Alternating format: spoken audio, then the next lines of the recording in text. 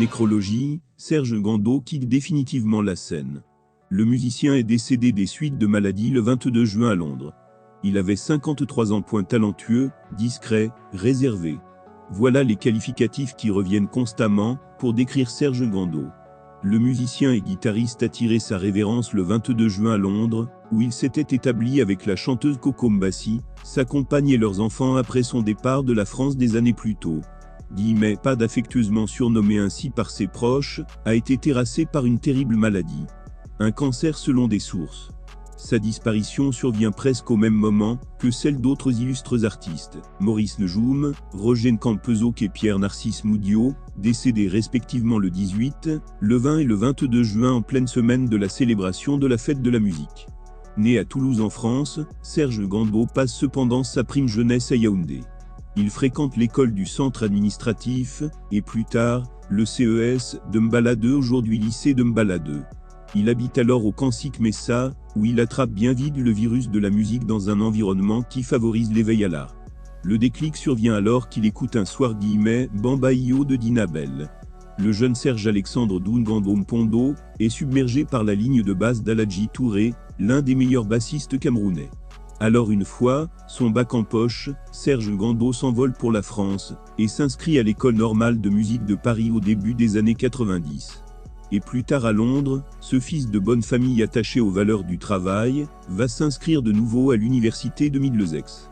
Toujours en musique, s'il préférait l'ombre à la lumière des projecteurs, Serge Gando avait un talent reconnu de tous. Polyvalent, il jouait de la guitare basse, et de la contrebasse, du piano, du violon et de la trompette entre autres. Coco Mbassi dans son studio londonien, il s'occupait lui-même du mixage, de l'arrangement, de la réalisation de nombreux projets musicaux. On retrouve sa touche dans les titres « Moaïdika » de Charlotte Dipanda, Mamie de Martin Koum, « Togeté » de Jaune Gala, et surtout Joa et Sepia de la chanteuse Coco Mbassi. Il était son époux, son compagnon de vie et de scène, son chef d'orchestre aussi. Pour elle, il a composé les chansons « Sizi » et « Minden » et réalisé l'album Joa. En 2014 au micro du magazine Boa Attitude, Coco Mbassi lui rendait hommage en ces termes. « Le fait que mon mari soit un musicien est un avantage indéniable. Non seulement je n'ai jamais eu besoin d'expliquer ma carrière et mon amour pour la musique, mais son implication dans mes albums et mes concerts est un atout », expliquait alors la chanteuse. Serge Gando a travaillé avec de nombreux artistes aux quatre coins du monde: Manu Dibango, Myriam Makeba, Papa Wemba, Francis Bebey, Noël Ekwabi, Touré Kinda. Quand après avoir longtemps vécu en France, il s'installe en Angleterre, il fonde à nouveau un orchestre, le African Jazz Orchestre, et s'installe à Edstone dans le nord de Londres. Titulaire d'un brevet d'enseignement de la contrebasse, il a enseigné au conservatoire d'Ivry-sur-Seine. La transmission de son savoir était devenue un aspect très important de sa carrière artistique.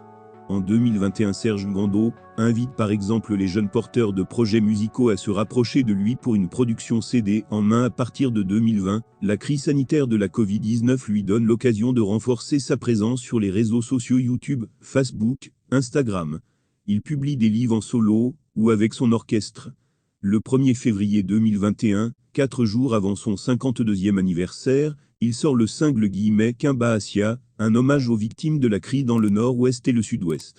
Inspiré par le massacre de 7 enfants tués dans leur école le 25 octobre 2020 à Kimba, dans le département de la Mum, région du sud-ouest influencée par la musique de John Coltrane, Charlie Parker, Serge Gando est parti, comme il a vécu, dans la discrétion, combatif jusqu'au bout. Après chaque chimiothérapie et le temps de convalescence, il essayait de rejouer à nouveau la musique.